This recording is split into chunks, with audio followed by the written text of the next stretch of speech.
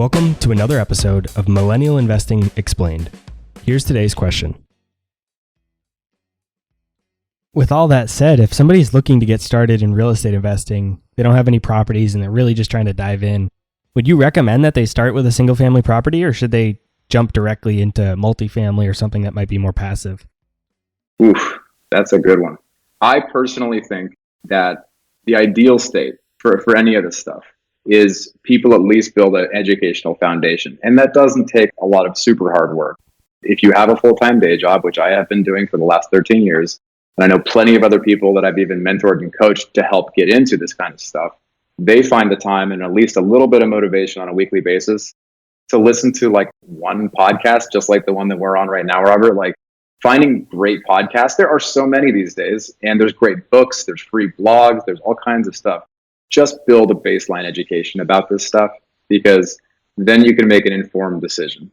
And the first point of decision that someone would need to make to get into these and answer that question for you is, what is their goal, right? Are they super busy?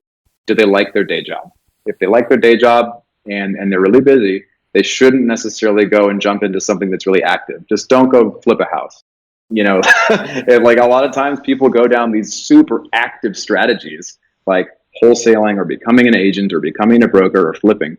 None of that stuff is what we're talking about here. If someone is wanting to be passive, I do think that my ideal recommendation for someone jumping in, they should go straight to multifamily.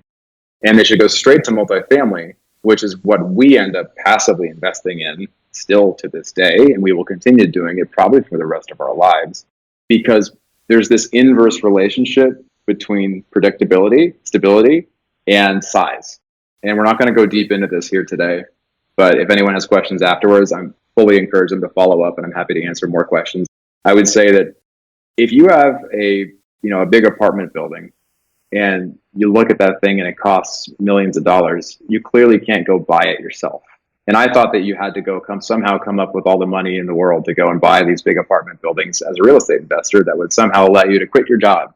And it's clearly not possible for most of us, certainly not for us. I didn't realize you could go and find a bunch of other people or find like an expert or a partner who will rally all those people together, and you can go buy that apartment building together. It's just called a real estate syndication. It's not a new concept. And that is what we ended up finding. That's what we ended up investing in passively, and we continue to. And that's even what we ended up doing now for our own business today, actively. It took us a while to find that was going to be my calling, but it's such a solid strategy, and it's something I believe in at my core.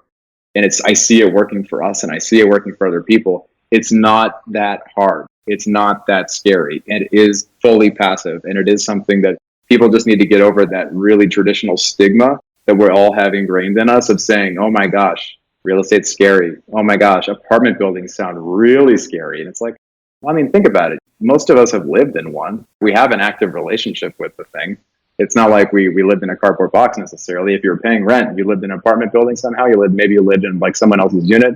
You probably know more about real estate than you realize. And it's not that hard to jump in. So I would say you go straight into bigger. Bigger is better. Bigger is more stable. Bigger is more predictable. I have the data to back it up, from the last recession and all that different stuff. But passive via apartment buildings, passive via multifamily, those are the words that people are going to want to look for. That's the way to go. Yeah, and I've heard a lot of real estate experts say that bigger deals aren't harder. The numbers are just bigger. So you might as well go big and start with bigger units. Like you said, you can raise the money from other people, especially in today's day and age and where we are in the cycle. Money is all around you, and it's relatively easy to be able to find that money to do that investing. Now, you might not want to do that for your first deal. You might want to work with somebody else first. But yeah, I mean, like I said, a lot of experts have said the deals are not harder. Getting a mortgage is the same. Filling out all the paperwork is the same for 100 units or a single family. It's just bigger numbers. So yeah, I completely agree. That's all for this episode of Millennial Investing Explained. Be sure to follow me on Instagram, Twitter, and Facebook, or subscribe to our YouTube channel to get even more free content.